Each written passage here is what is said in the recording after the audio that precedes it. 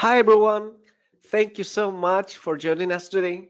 Today's webinar will be about stylized design and creating composition with color in Clip Studio Paint, and it will be presented by Gabi Tozati. Before we begin the webinar, there are some housekeeping items I would like to go through. The webinar will be approximately 1 hour long. All attendees will be muted. There will be a Q&A session during the last 15 minutes of the webinar. Attendees can ask questions in the GoToWebinar question box right away.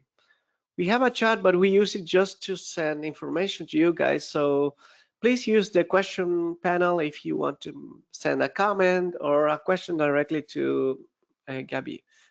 Due to time constraints, unfortunately, not all the questions will be answered. This webinar will be recorded, and the recording will be shared on social media, will be sent via email to all registrants and attendees. The panelists for this webinar are Maria Quiñones, myself, and Gabi Tozati. For those of you who connect with us for the very first time or have never heard about Clip Studio Paint, Clip Studio Paint is your all-in-one solution for stunning, ready-to-publish illustrations, comics, manga, and animations. Learn more at clipstudio.net/n and graphicsly.com. Also, we encourage you if you can share Instagram stories tagging us as #webinar at Gabi Tozati art at Graphicsly at Wacom and at Clip Studio Official. We'll be sharing your stories. Gabi Tozati is a freelance illustrator that lives in a small city in the countryside of São Paulo, Brazil.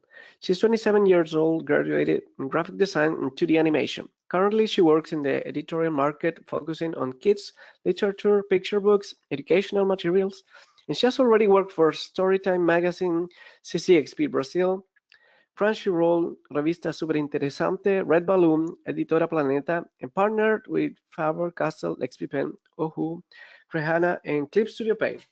So with that, I will leave you with Gabi and her presentation, Stylized Design and Creating Composition with Color in Clip Studio Paint. Thank you so much.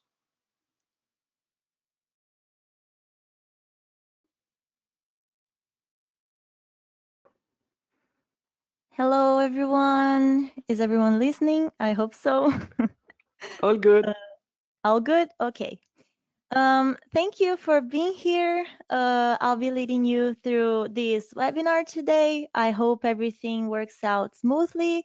I want to start by saying that English is not my first language, so if I please may have your comprehension, if I get stuck on my words, I'd be very grateful, but I'll do my best. It's a pleasure to be with you guys today to talk about illustration. It's really wonderful for me to be given the opportunity to pass along some of the knowledge I got during all these years, and especially doing it alongside Graphicsly, since Clip Studio Paint has been my main software for a while now. It's such an honor, so I hope you have a wonderful webinar today. Without further ado, let's head to our main subject, which is stylized designs. And please remember to use the question panel if you want to ask anything, and then Mario will bring them to me so I can answer them at the end of our presentation. Okay, so what is stylized design or stylized art anyways, and why it is so important so that people keep talking about it all the time? Why is everyone interested in having an original art style? And when we talk about the illustration market, it's really challenging to stand out in the middle of this sea of artists with interesting points of view that produces artworks that are visually appealing for their specific field, especially artists that already have a base of study, that understand about light, color, composition, and on top of that, have their own mark already established. And those artists, most of the time, don't have trouble finding jobs and getting paid for their work when we're talking about freelancing or even being noted by companies, clients, and etc. And an art style is important exactly because your work will be highlighted between all these other illustrators. It will be remembered. So when a client is thinking about someone who can carry out the task that they want to assign, They'll remember your work because it stands out in some way, um, either because it says something or because it resonates with a specific area. And of course, it depends a lot on what you put into your work. If you make a lot of background art, that's what they'll call you for. But regardless of what you do, if your style is memorable and original, that's enough for people to think about it when they're looking for someone to handle an illustration request. And that's why an art style is so pursued by most artists who haven't found it yet when we're talking about commercial purposes. And how can you find it? It's really something hard to think about, especially for its abstract concept. An art style is not something tangible. It's not something you find rules and a manual teaching you how to be more authentic. It's not like when you're studying anatomy or color theory, but it's also a matter of practice, like this stuff. There are still some solutions, though, you can keep in mind to discover your own mark and how to develop it within time. And I'll return to this matter later, but keep in mind this whole webinar that an art style is supposed to be the strength of your work and not a limitation. But returning to my previous point, when we're talking about practice, personally, I think the most important thing an artist can do to grow in any field of study is to observe. The act of looking around and being able to take note of details you don't see when you're just passing by distracted by other things is such power to learn and grow artistically, in my opinion. So when it comes to being creative, being unique, original, authentic, it's no different. I believe it's also a matter of observation, more specifically self observation. What being authentic really means. Um, I believe it means being true to who you are to a point. You're not bothered by any type of external influences or by judgments, limiting opinions. I believe it's about embracing your true self, like not being afraid of showing it and being proud of it. That can be applied as well when it comes to an art style. Simply by making something in a way that only you can make is already putting something original to the world. No one can make something like you because only you live in your own skin and only you lived your life experience. That's why you need to value your perspective of things and try to show it in any aspect of your art. So today I'm here to help you translate that visually. I brought here some examples of iconic art styles from very famous and notorious artists that somehow changed the art scenario with their influences over the next generation of creators. We have tons of people in pop culture that left their marks, so we can look for and learn with their processes, ideas, and experiences. I highly recommend as a form of study watching documentaries, interviews, and keep an eye on the insights that those brilliant people have to offer. It's kind of a therapeutic journey almost to look for an art style because you need to pay attention to yourself. What do you like? Where do you live? What's special about the place you live? What brings you joy, interest, and why? Um, what makes you sad? How can you put out the sadness? What's important for you? What would you like to be communicating? When you live, your art lives with you. It follows your steps and your moments. It's like an imaginary friend, only you bring the shape to it. I know you look like I'll drag you guys with me for an ego trip right now, but I promise it's not the case. I promise I'll get somewhere with all this personal stuff. It's even kind of embarrassing to show this, I'm not gonna lie. Feels like I'm naked in front of everyone, but it's important to show how it's a matter of practice. That anyone, given the proper environment, of course, can develop their creativity and artistic abilities. And of course, in their own time span and considering their life conditions and context. I don't want to be reductive and assume everyone has the same opportunities and can do it with no struggles. I had mine as well, but I know I was really, really privileged when it comes to opportunity and financial stability. I was created in an environment that really allowed this childish innocence to thrive. So I had the privilege to have the support of my parents for my artistic growth and to keep those interests always around. I got art materials, comics as birthday presents. I had time to watch TV and to play with my friends. So it wasn't hard for me to develop my creativity. I know it's not the same for everyone, so I hope you don't feel guilty if you weren't able to have free time or resources to feed your passions until now. But if you're here watching this, you're looking for it. So you're interested in answers and in growing. So it's never late. That being said, you can clearly notice that some themes still kept company during all these years I've been growing up, and yet there's a lot of differences too. The things that I still persevere the most is being passionate about my interests and hobbies. Back then, I was already a huge fangirl. As you can see, being a fan is what I do best ever since my early years. um, and I got caught up so easily in my with my favorite musicians, themes, and friends that were uh, and friends that those were the most frequently portrayed subjects in my art. I really liked fantasy, like fairies and feminine imagery, such as witches, mermaids, princesses. It's super important to mention that I loved and I still love a very famous Brazilian comic, this one here, that is called Turma da Mônica, and it was the starting point of my interest for drawing. Actually, I think I owe my whole life in art for Maurício de Souza, the author of these comics. I definitely wouldn't be who I am without these stories. And moving on, I used to draw me and my girlfriends a whole lot because since I lived in a small town, I used to spend time with them all the time.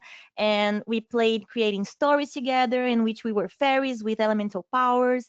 I loved classic Disney movies like Mowgli, Tarzan, Cinderella.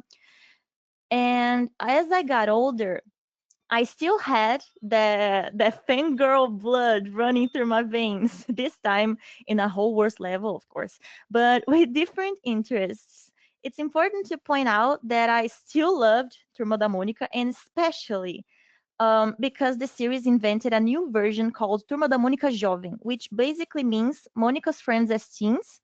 So I pretty much grew up along with those characters. They were teens the exact time I was turning to one, and the thing about Turma da Mônica Jovem is that the art style is based on manga art. The stories are pretty much filled with classic manga references, and that's when my interest for anime and manga also started. But I can affirm that this series of Brazilian comics were the whole base for my art style to become what it's like today. I used to copy all the pages, redraw the characters, read over and over the same edition so I could memorize the clothing, the expression of the characters, the poses. Yes, I was obsessed. And that obsession made my style kind of similar to it. If you look it up, I'm even gonna show you in this next slide. You can see how it inspired me. You can notice how there's many similarities between my style and this one. In many ways, in my teen years, I was really into music, specifically into boy bands. I read a lot of fantasy, was in love with cartoons like Gravity Falls, Over the Garden Wall, started to be interested in more adult series like Doctor Who. It was a fun art phase, as you can see, but you can see how my style kept shifting throughout this whole time. I was keeping it diversified, trying lots of different approaches like realistic drawings. I studied a lot of art techniques back then and was always taking inspiration from types of media I consumed. And nowadays, of course, I'm still a fangirl, but this time I jump around between a lot of diverse teams. I try not to look at things in a reductive way and try to see potential in all types of creative thinking. And that being said, I portray a lot more of my Brazilian roots nowadays, especially when it comes to a simpler rural lifestyle with lots of nature focused drawings. And I'm currently in a phase in which I'm coping with feelings with my artwork. I'm gonna open my heart briefly here for you, but when the lockdown started, I got into a really dark place in my mind, and a huge block came in the way I was dealing with my art. It wasn't just a normal art block, it was something much, much bigger. I wasn't feeling well doing it. It wasn't fun anymore. I simply worked and did nothing beyond it to change my reality. Time passed by and I wasn't drawing anything substantial, and now I see how I refused to look directly into it because it used to hurt a lot to do so. And I was such a passionate kid that drew all the time because I loved it. A team that had lots of fun sharing my work online and being part of fan clubs and recognized for my artwork. And there I was in my 20s struggling to find purpose in my own art. But recently I got diagnosed with ADHD, and I realized it was one of the reasons why I was stuck with my art. I was always buried in a pile of work, not having any source of energy left to draw for myself. But then I was sick of just procrastinating and not looking directly at why I wasn't able to feel alright with my art anymore. And I believe I got the answer. Um, I think it was because I was just drawing what people wanted me to draw, what I thought that I was supposed to draw to keep my mark consistent. I was put into a box by myself, by what I thought other people would think, and I wasn't listening to what I really wanted to draw, to which messages I wanted to show. I was basically stuck with an old version of me. That kind of distress took me even further into an abyss of perfectionism and doubts. I began to wonder if my art was really worth anything, if I really wanted to do it my whole life. I looked at it and nothing felt right, like something was off, out of place. I remember the feeling of starting a sketch and stopping immediately because of the fear of facing the frustration I was feeling over and over. But when I got uh, to the bottom of it, I realized that a way to turn the situation around was by using those feelings in my favor. Those ugly feelings should come out as ugly drawings because they were ugly. So I was comfortable sketching this whole maximalist mess, letting those feelings of frustration and anger be the guides in my creations. I started drawing with pleasure without trying to make it look good. I was doing it for myself, and in the last months, I got the courage to start posting some finished versions of them. And I think I can finally say that I got back to having fun while creating with my own art. I'm engaged in projects with my friends, like I used to do when I was little, having ideas together, drawing for RPG sessions, drawing things I got interested in, experimenting, basically keeping my mind open and not and not just like playing with expectations. So I use my journey through my early teen and current years to show you how my style developed based on a lot of things I felt interested, felt passionate about, even the things that I felt frustrated and miserable about. And those things shaped my art in a brand new way. I copied as I studied, I observed, I took inspiration, but I transformed and mixed everything into something that's 100% me because it's a perfect blend about all those things I learned, loved, and used to love. Uh, and I think that that stands out when you make something that comes from your heart. I believe people can see it when you simply go and copy something without meaning just because you think it's cute.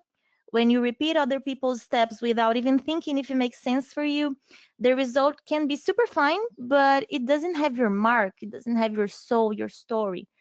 And please learn from the mistakes I made, and they stopped me from drawing with pleasure during 4 whole years, and understand that it's good to have your own art style and being comfortable with it, but it shouldn't prevent you from experimenting and trying new solutions.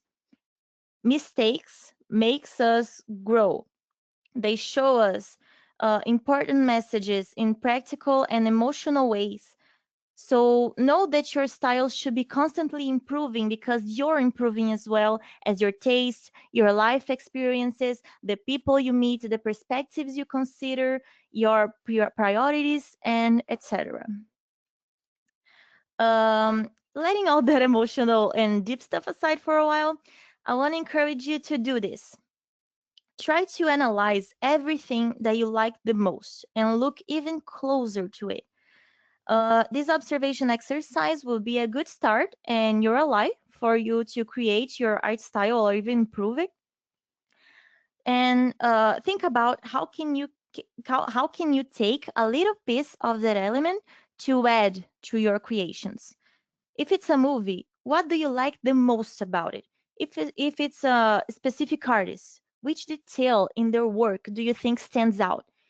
You can find those elements in pretty much everything on food, people, places, stories, everything that resonates with you. In my case, I live in a small town, I already said, and because of it, I'm compelled to add plants and animals to my creations. I grew up reading manga. I used to love the classic Disney movies. I was obsessed with Turma da Mônica. So the face of the characters I draw carry a mix of those things. I love to watch the sky, so I always put stars and clouds as elements on my backgrounds. And that can be reflected in the smallest things, like the way you draw noses, hair, hands, grass, trees, buildings, dynamic poses.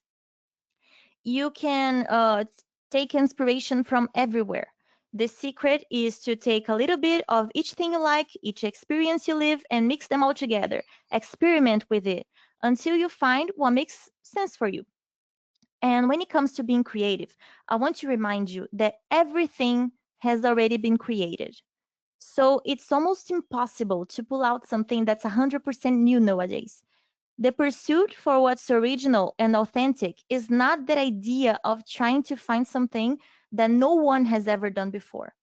It's more of taking what's been done and turning it into something entirely new by adding a different theme, a different tone, or by simply adding your vision.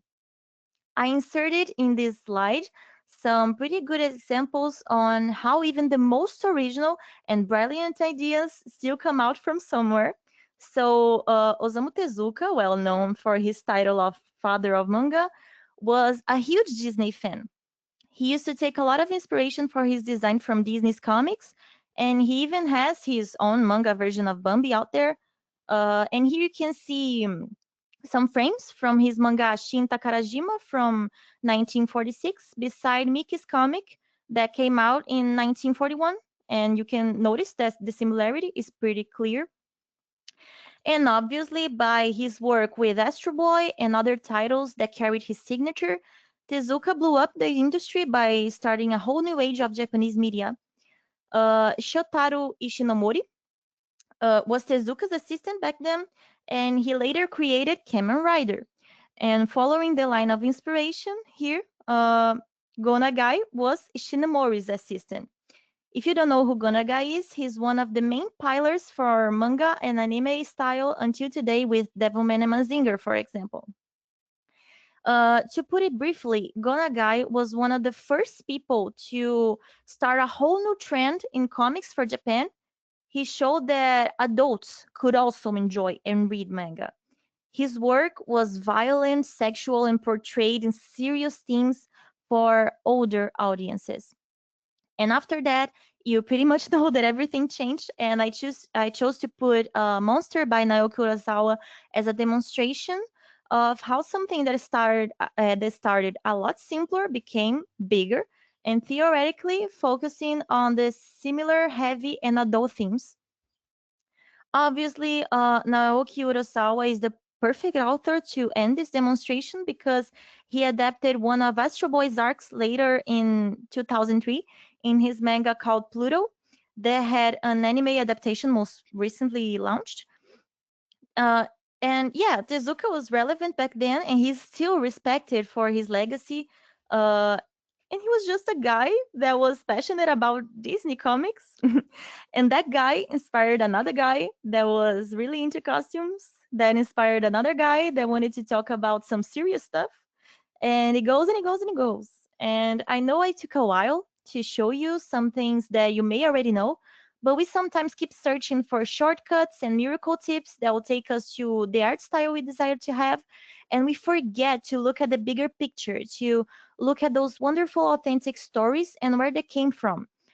And to think what came before them, what cleared the path to make these stories possible. And a good exercise for you who's looking for your own art style is to think of themes that don't really fit together and try to create something new out of it, even visually or even in concept. Like, what if there were angels that were robot suits, like Evangelion did? Or what if we could take the energy of broken items we're attached to and use it as weapons, like Gachakuta? Or what if animals had elemental powers and come out of little balls like Pokemon? And I'm sorry if I only point out Japanese examples, but they're really, really creative, so it's not my fault. Um, okay, I already talked a lot about inspiration and observing the things that were created, that were already created, not to create our own. And that's called reference, as we all know. And I think it's important to point out there's good and bad ways of using references. Today, I'm going to demonstrate the process of creating an illustration from the very beginning, basically when we have an idea. And it's a good moment to talk about reference because it's an important tool to use when you're creating something, but it can also be a trap depending on how you use it. Copying can be a good exercise, of course, especially if you're still a beginner, but it's not productive in the long term, in my opinion. If you get stuck in this kind of process, you'll feel kind of stuck to move out of this comfort zone and learn how to do things your own way. So I believe it's better to have a purpose, to know what you want to achieve with that creation of yours. I finally got out of the whole Japanese author's vortex and I inserted a Hamilton example here. I don't know if you're familiar with the musical, but I highly recommend it as a way of study to make the best out of a reference. Lin-Manuel Miranda took the story of one of the most important men responsible for the American independence and simply turned it into a musical full of political meanings and hip hop's influences. I still get amazed when I think about this man's mind, but let's move on to the drawing I'll be doing here, or else I'm gonna lose focus talking about my obsession, so I won't take any more time. So today I wanna draw the caipora. That is a mythological creature in the Brazilian folklore, uh, especially because there's an ongoing crowdfunding campaign by Ravura TV and Mutua, partnering with Folklore Brasil, of a Brazilian short film that portrays the caipora as some of the main characters. And since the film has the protection of nature as the central theme, the caipora is a guardian spirit of the forest and wildlife in Brazilian folklore. It is told that this entity protects the forest and animals, punishing hunters who act with cruelty or disrespect to nature. The legend describes the caipora as being of immense strength, capable of appearing to intimidate or even attack those who harm the forest. And since Brazil is such a huge country, the caipora has already acquired a lot of different versions. We have a strong folklore culture, especially in small towns, where our grandparents tell us stories about those creatures since we were little, and they live with us in our imagination as we grow up. So I'm gonna draw the caipora as I imagined the caipora when I was a kid.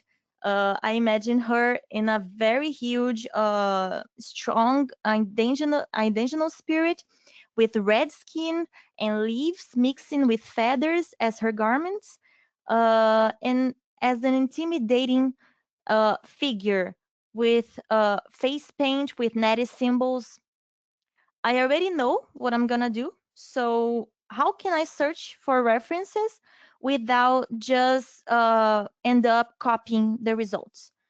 I'm gonna take a lot of images here to help me build this illustration, and I'm gonna pay attention to which elements or details I want to take from each of them. So I can do that of mixing those elements and creating something new. So here I put these two caiporas because this one is one of the most famous imagery of caipora here in Brazil. She's from a very famous show that was broadcasted in the 2000s here, and she's really friendly. That's different from the threatening figure that I said I imagined. But I really like the fact that she has animal prints in her garments, so I'm totally gonna use that. I like this makeup as well. This one is kind of different than the one that I'm imagining. She's kind of young and even friendly in some kind of way. But I really like the background art, the way that these leaves are black and kind of oh, sorry, I gave you a spoiler right there. But yeah, kind of contrasting with the main figure here. The contrast on this image is pretty strong. This one, I really like the pose. I like to portray Caipora in my mind as one with nature. So I like to think of her in a way that she doesn't feel any social norms. So that's why I think it's better for her to be in a crowded position in some way. Those two images here from these indigenous people, I think it's from these native Brazilian people. I think they're great references for face and body paint, or even those elements of colors and accessories, you know. So I'm definitely gonna take inspiration from this. I'm not gonna be super accurate on face and body paint when it comes to native people, because since she's a mythological figure, I think it's okay to mix everything up and create something that's imaginative and different from what's real. This one, I really like the expression that this person's making. It's really threatening and magnetic at the same time. So I really want to get this vibe for my caipora. This one here, I like the fact that it's a character from Hades, the game, and I like that she's this kind of creature that's one with nature. So I think it's good reference to keep in mind to draw something. This one, I really like the hair and the fact that it's messy and braided in different directions. I really like this idea, so I'm definitely gonna use it on my caipora.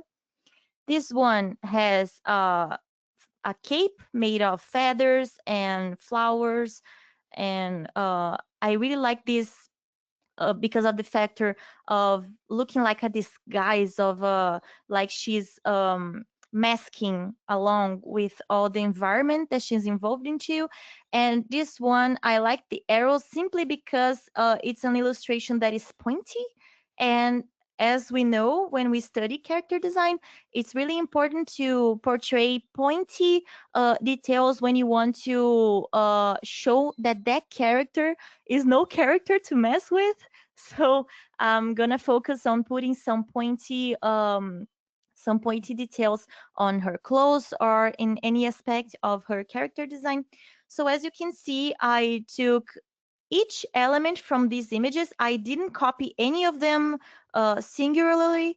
I just grabbed what I think was special about those images and that can help me to build my own. So that's pretty much what I'm gonna do to start building my character design for Capora. And now talking about thumbnails and sketching. I'm gonna take a brief pause here just to take a sip of water. All right. So once you've imagined how you'd like your illustration to be and took your references, it's time to put it into paper. But I highly recommend starting off with thumbnails that are these little sketches here.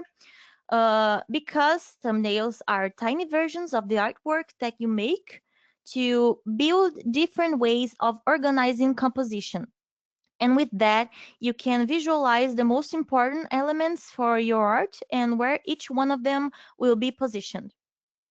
You can do that with color as well when you're like doing color tests, swatches, and everything. So I'm just gonna quickly open my Behance here real quick to show you this demonstration I added to my Peter Pan cover project. And here you can see the way I constructed my composition, starting off by those very simple thumbnails and how I also did this with color here.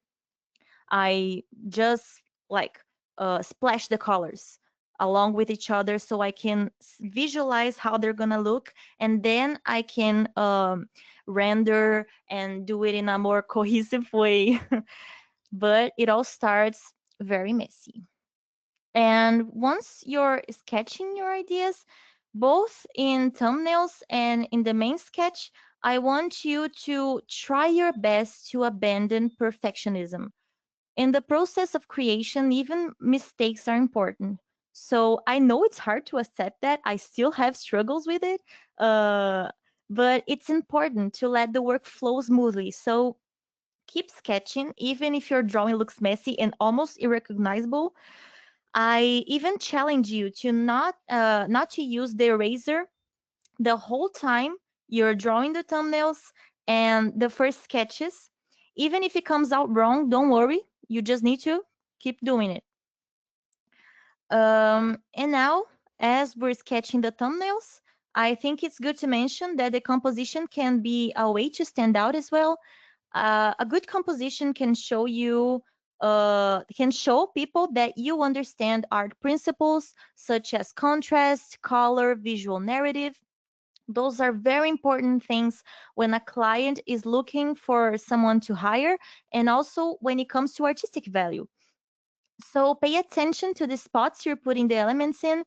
I always like to add borders on my artwork to make the character look more alive, like they're coming out of the drawing.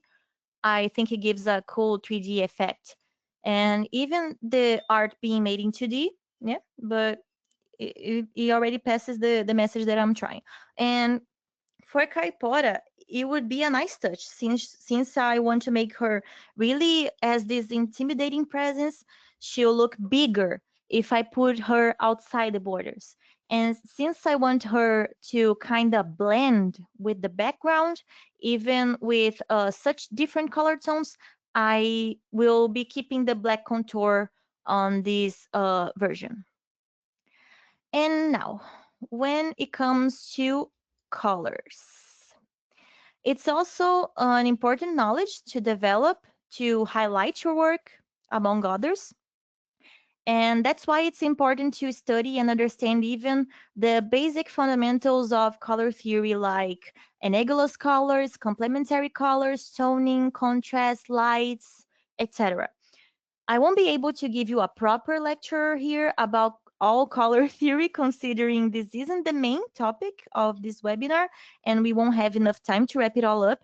But I'll give you some brief tips and show you how you use the colors consciously can add more substance to your art style and to your mark. I took these really amazing tutorials from Lauren Baldo. These really helped me during my process of learning more about how to use color more consciously. She has tons of them, so I highly recommend you search her name and everywhere. A ton of these kind of tutorials will appear to you. And even if your art doesn't have much light or shadows, it is still important to separate one element from another using the color tone and brightness. Once you know how the colors interact with one another, like these examples here, you'll be able to work with possibilities and pick combinations that make your work richer and comfortable in the eye. A good tip is to always turn your art into black and white while you're testing the colors to see if they work together and the details don't get lost in the compositions. Even doing it Let me find the slide here.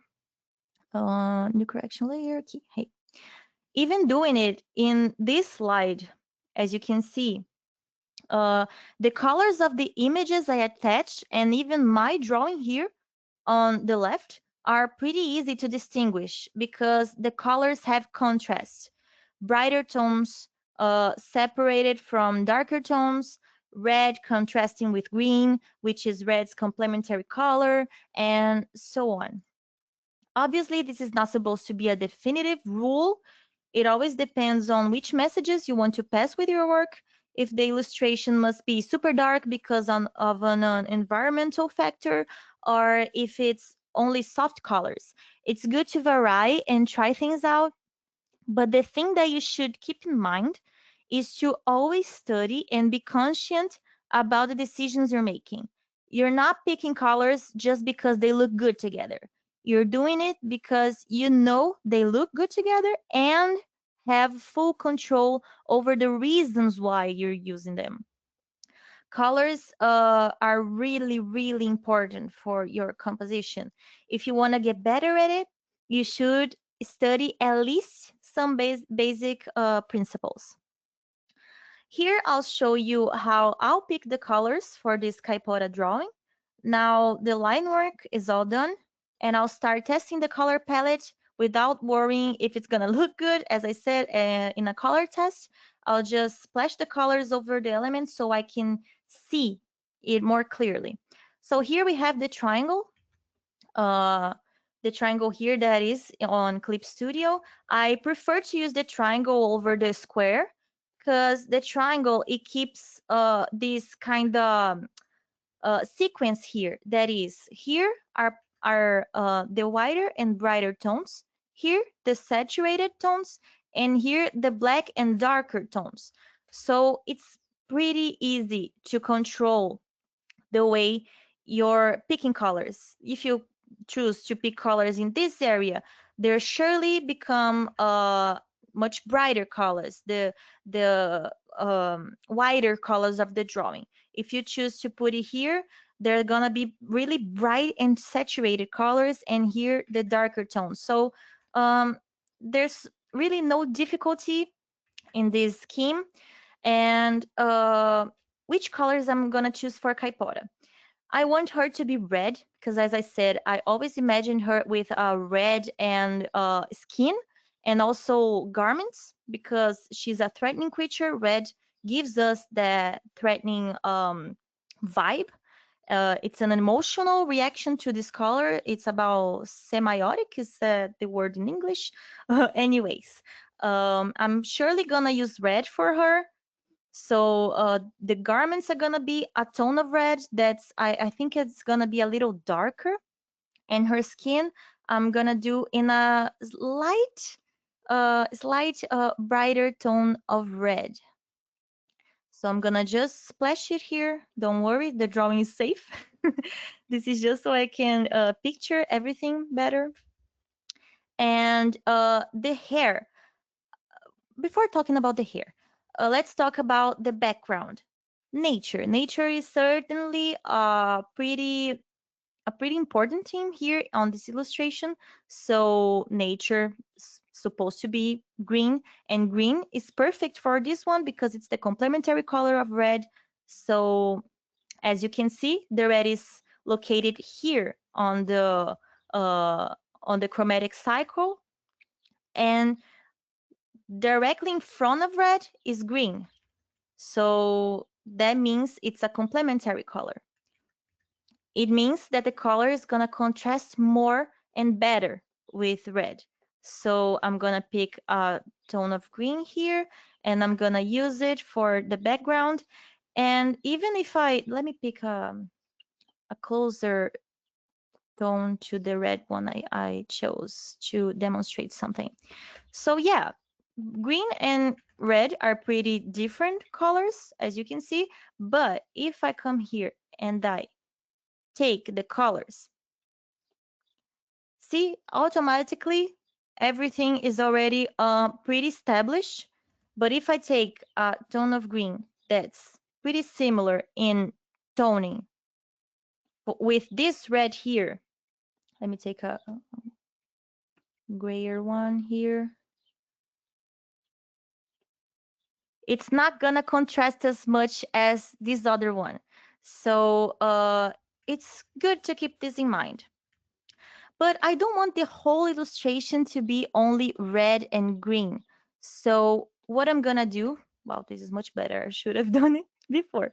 All right, so what I'm gonna do is I wanna add some highlight points on this illustration so it don't get too boring, you know? And the colors I'm gonna choose for this are yellow. So I can put some elements in yellow and stand out uh, the accessories and Kaipora's clothing. And also, I'm gonna use blue. As you can see, yellow is also the complementary color of blue. I like to play around with these. As I said, it's not a rule, it's not something you should do, but it's nice to add these things because there's a natural contrast in them. It's obviously pretty messy, as you can see, but I promise everything will come out just fine. So these are the base colors. If you want, you can do even the darker tones so you can visualize better in your process if it makes sense for you. If don't, just make sure to add those on the finished version. I just did this one to demonstrate, and I'm gonna switch to this canvas here with the drawing almost completed. I didn't have time to complete it 100%, especially because it's better that I didn't complete it because I can demonstrate to you some stuff. I'm gonna take the shadows just so you can see. The colors are basically chosen. It's gonna be like this. And when I turn it to black and white, if you look away or closer, you can tell the elements apart. Even if I take the line work off, you can see the shape. You can almost know what I am portraying just by the colors. Of course, if my work don't have line work, that should be even more considered. The line work already does a huge part on separating the items apart. But yeah, this way you can notice that the colors do pretty much everything on composition and contrast. On the background, I'm still gonna do more details later. I'm gonna put some leaves and more texture and even add some things here on the outside of the square. But right now, this is what I get. Here, the colors are flat. There's no texture applied, except for the background, but there's no texture applied on Kaipora. And I will still render this image. What is rendering? Is to add shadows and lights. So I started already adding shadows. As you can see, it even makes the details stand out more. If I put some dark shadows, it will even look kind of messy. But when I do it kind of with a lower opacity, everything seems better. So the lights and shadows the lights and shadows colors should be considered as well. For this illustration in particular, I chose blue and yellow. Yellow, obviously, for the brighter and the lights colors, and blue for the shadows. Usually I use purple, but I think since this illustration is a lot about nature and everything, purple is a color that I don't think really matches. So I'm gonna use blue instead. And I already started doing it, especially around the face. And if you look at the art, you'll see a mix of those references I showed you later. I used the animal prints, as I said. I used the body and face paint. I even used the cape, the pointy shape for the cape, the background with black and white contrast. the hair not tangled, I forgot the word, but yeah, the hair did this this way, uh similar to this reference here. And I think I'm showing you that I could do something pretty original and pretty new using things that already existed, using concepts and, and images and references that were already out there. But I didn't exactly copy any of them. I just mixed them together. So that's a way you can always be creating new things, always thinking with purpose. What do you want to portray? I want my caipora to be very scary, to be threatening, and which pose should she be doing to show that, how her expression should be, um, the way she's with her hands, with her pose, all these things are really crucial to pass along the message that you want. So look for other people and stuff that these other people have done, and take note in what highlights their work in the field you're aiming for or the type of media it belongs to. And remember that a lot of things can bring an authentic touch to your art style.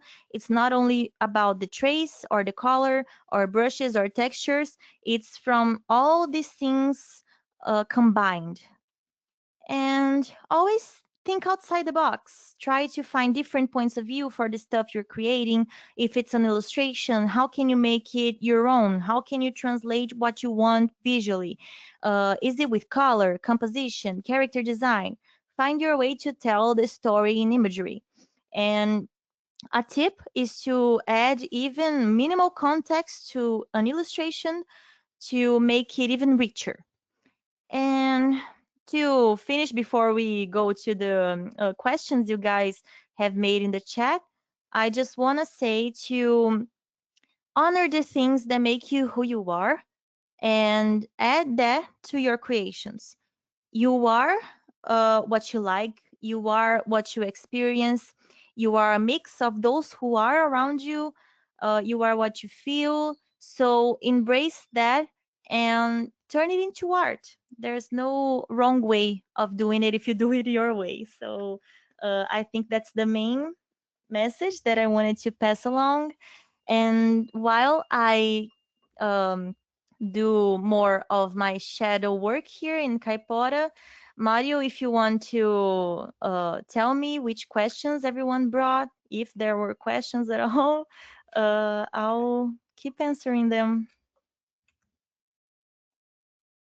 Thank you so much for this amazing masterclass, Gabby. Everybody loved it. Thank you all Oh, who are I'm glad. joining us live today. We have people from all across the world. We ask from where were you watching us? So let's see, Daphne from UK, Kiriaki from Greece, Daniel Philippines, Canada Clean, Portugal Oh Polo, my God. plus people from Philippines, also Mark, Italy, Anna Madari, Chris, I think he was from Greece, Massachusetts, Daryl, Spain, India, Aditya, Bulgaria, Hungary, Africa, Germany, let's see who else, Brazil, of course,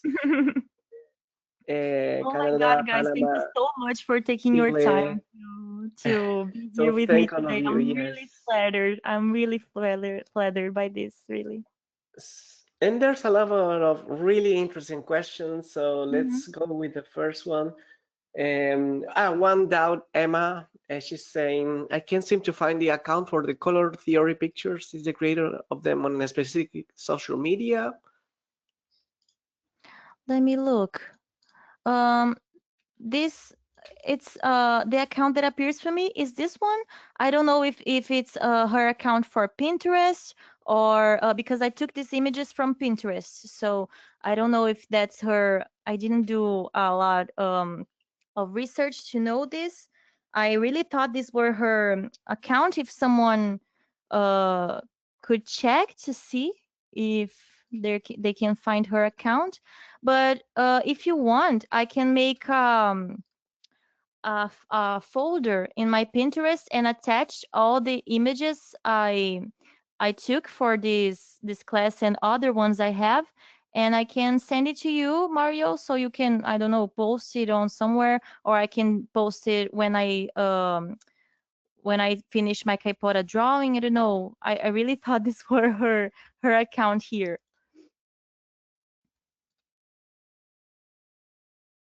Yes, yes, we can definitely host it. Mhm. Thank all of you who are still sending some great messages. One question, let me see, from David. How do you balance colors out so avoiding using only one shade of a color? Could you repeat that, Mario, please? Is how do you balance colors to avoid How using do I only one balance shade of color? color? Yeah. Yeah, as I told you here on this slide, um, balancing colors is understanding how how they work here on the chromatic cycle circle. So the colors on this side are different from this one and this one. They're basically divided in three sections. So if you want your art to be more cohesive, to have colors that are balanced better, you should put at least some tones that are in this cycle, some tones that are in this cycle, and some tones that are in this cycle. You shouldn't put only saturated tones. For example, like if I wanted to make caipora, I wouldn't do like let me demonstrate here. She in this bright, really bright red, and then I put this really bright green. You could, as I said, it's not a rule, but when you're looking for an art style that's comfortable in the eye, I can guarantee that it's not comfortable to look at a very saturated art style that's not made with purpose. Let me remind you that, or only bright colors like this one. This is still red, but it's a brighter red. Um, or like this is a brighter green. You can even you almost can't tell them apart. Um, or like darker red here and darker green. So to balance everything up, I think a good tip when we talk about digital art, of course, if it's traditional art, some things may change. But in digital art, I believe is to try to always focus on putting each one of these cycles in your creations, or if you're not putting each one of these cycles, concentrate the focus on the center of the triangle, like the midtones. These are called midtones because they're not strongly bright, not strongly saturated, and not strongly darker. They're the middle. So focus on taking these middle tones. I even have some example here. I'm gonna open my Instagram really quickly so I can find it more easily. Um, so I can show you what I mean. This one here. See, this girl here that I drew and colored. These are all midtones. She's not saturated. She's not even brighter or darker. She's really in the middle of the triangle. But what I did here, I added a color that's darker and a color that's brighter. So if you put midtones in your base color drawing, like if I did Caipora here with all midtones, and then when I add shadows, I add shadows that are located here more on the darker side. And when I added lights, more concentrated here on the brighter side, everything's gonna look fine. So it's what I did here basically. I did these base colors that are not saturated, not brighter, not darker, and I added that afterwards in a multiply layer, in an overlay layer, and I chose, as you can see, a brighter green, a darker green, a brighter blue, a darker blue. So that's how you balance colors in a conscious way and in a way that will make your art look good. Even if you don't know exactly what we're doing with practice, you get along with it. So that's the way I think I would say I balance my colors better. Thank you so much, Gabi. And there's a few questions actually, so I'm gonna Mm-hmm. make a summary. It's mostly about having art block. How do you deal with that nowadays? As I said to you guys, sorry, I can't keep coloring while I talk. I have difficulties with this, but yeah. As I said to you guys, I dealt with it looking at it, what was I feeling? Because uh, for a while, I didn't want to look at it. I felt the art block. I was sensing something wasn't right, but I refused to look at it. I refused to look what those feelings were telling me. So even if it's a simpler matter, if it's not that deep, if it's not about something you're going with, it's just like, I don't want to draw today. So you can just look at what you want to do. If you want to take a break, take a while, not to draw, then don't do it. I know it's hard to say it when you work with art. In my case, I can't do it every time I feel the need to stop making art. But when it comes to my personal art, that's what I mean. Because when you work with art, it kind of gets more automatic. It kind of gets uh, more easy to do when it's your work, but when it's your personal stuff, that's when it get hard. So if you want to take a while, then look at you. I want to take a while, so take a while. Don't draw, don't force yourself. But if you're feeling sad because you're feeling your style isn't coming out right, your results aren't the way you wanted them to be, then think about what could you do to make it better. So when I got to understand why I wasn't drawing anymore, why I wasn't feeling pleasure with it anymore, I thought, how can I make it good again? How can I make it fun again? Was it the things that I was drawing that weren't resonating with me anymore? Should I try now different techniques maybe? Because I realized that I was working a lot and it was making me feel kind of stuck. I didn't want to draw in my free time because I was working all the time. So I thought, what if I started doing watercolors? What if I started playing with markers? What if I didn't do digital art, but I do it in paper? What if I did it laying on my bed with my tablet, you know? So there's a lot of reasons why you have your art block. I think we tend to ignore those feelings. We tend to ignore those frustrations, and I think we should be looking directly into them so we can look at the way that we're gonna solve them. And that's what helps me when I get to an art block. I think what would I like to do now? What would I like to do to make the situation different? And I don't know if I make myself clear, but I can assure you that's what's worked best with me. Each person is different, so I don't know if it's gonna make sense for everyone, but at least for me, that's the way I can get out of my art block more easily. So with those wise words, we are closing our webinar. And but before we go, I want to share a lot of love from people like Daphne saying, "Thank you so much, Gabby. It was a wonderful session. I feel really inspired." Ayo Fisher say from Trinidad, "This is my first webinar, new to Clip Studio. Not a question, but a compliment. It was very informative and inspirational." Alexander say, "Thank you. I'm from Tosca, Arizona. I really appreciate the whole webinar, especially the beginning and opening about your personal journey with art. It really resonated with me."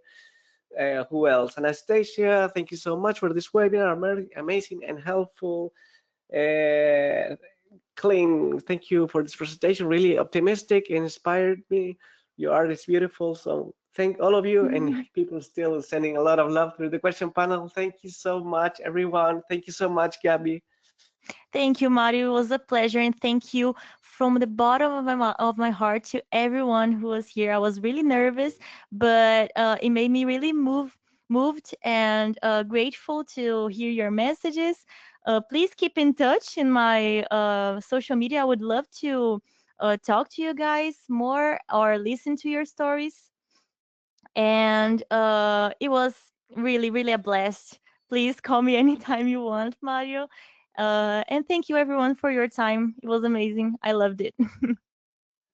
Thank you so much. And also, if you want to learn more about Clip Studio Paint, don't forget to check our website, clipstudio.net/n and graphically.com. If you missed something or you want to rewatch it, this webinar will be uploaded to our YouTube channel, Graphicsly, and also Clip Studio Paint channel. So please subscribe to get a notification once the video is available to watch, and to follow Gabi and all of her social media. Don't forget to follow her on Instagram as Gabi Tozati Art, her YouTube channel Gabi Likes Peace, and Behance Gabi Tozati. So with that, once again, thank you so much, Gabi, for an amazing webinar. Thank you. It was a pleasure. Thank all of you who joined us live, who are watching and the recording on YouTube. So please stay tuned on Graphically social media for more webinars, promotions, information, tutorials about Clip Studio Paint. So we hope to see you next time. So bye-bye. Bye. Thank you for your time and good luck on your journey. Thank you.